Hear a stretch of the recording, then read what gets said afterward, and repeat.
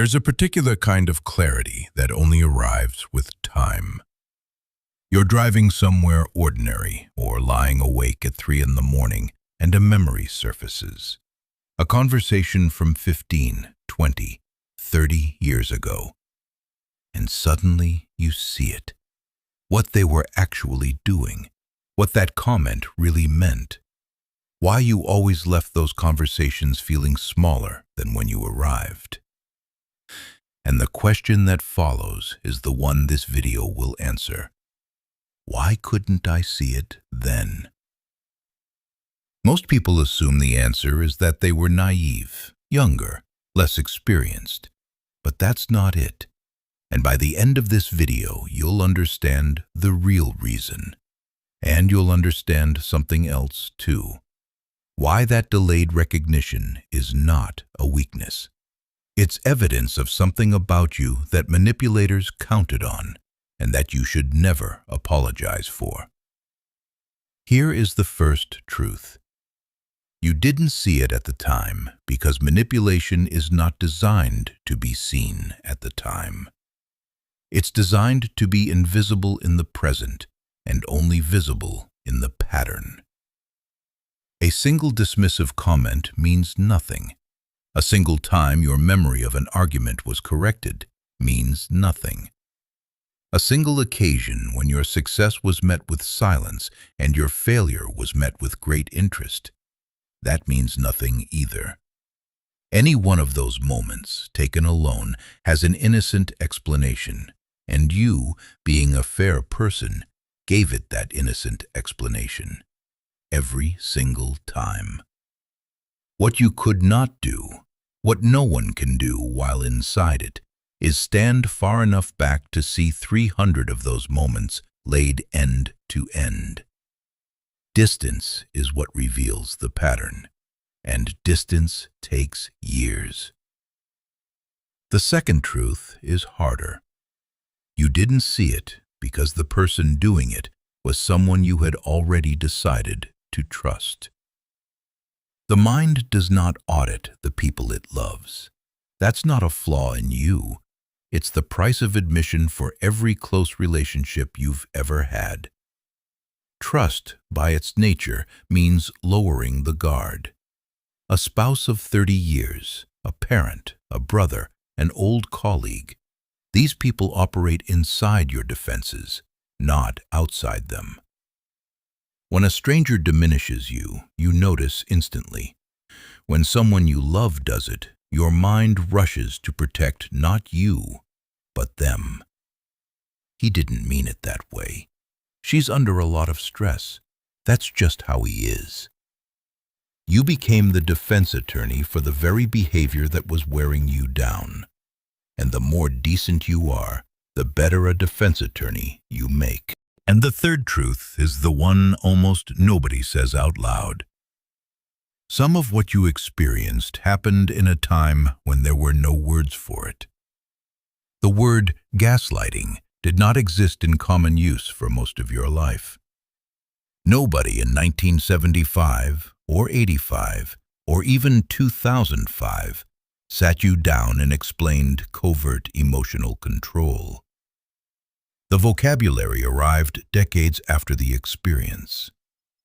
You cannot name what you have no name for. So the memory sat in storage, unlabeled, filed under something vague. We had a difficult relationship. Or, she was a complicated woman. Or, that job just wore me out. And then one day the language finally reached you, and the file reopened itself. So what do you do with recognition that arrives this late? Because that's the real weight of it, isn't it? The clarity comes, and right behind it comes the grief.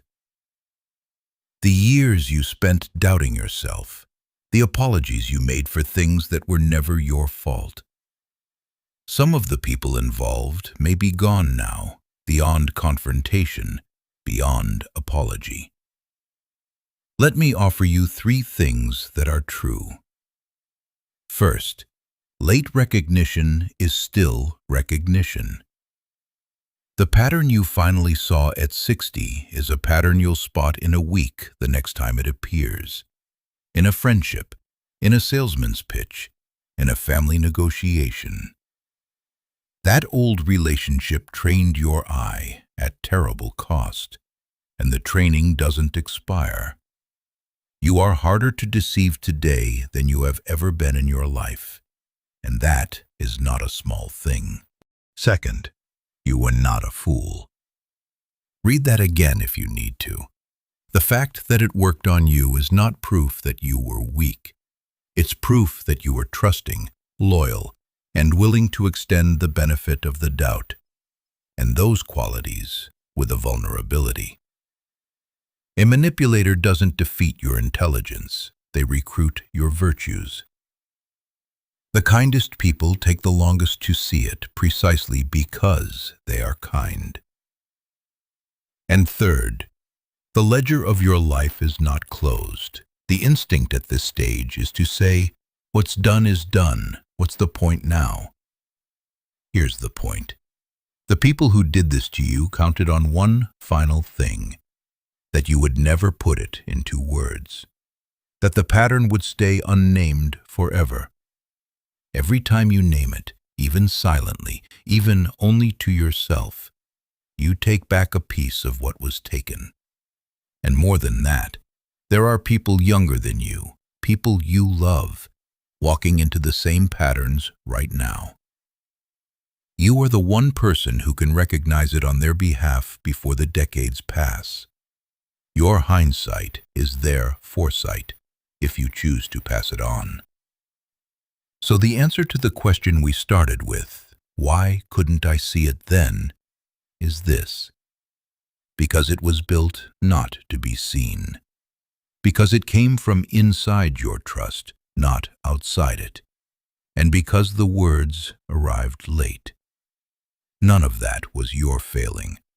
Seeing it now, at whatever age, in whatever year, is not too late. It is exactly on time, because now is the only time seeing has ever been possible. If this put words to something you've carried for years, that is precisely why this channel exists. And if you want to go further, to understand exactly how someone rewrites your memory of the events while it's happening, and how to make sure it never happens again, that is what The Memory Thief was written for. It's the first volume of The Manipulation-Proof Mind, and the link is below. Some readers tell us they wished it had existed 40 years ago. It exists now, and so does your clarity.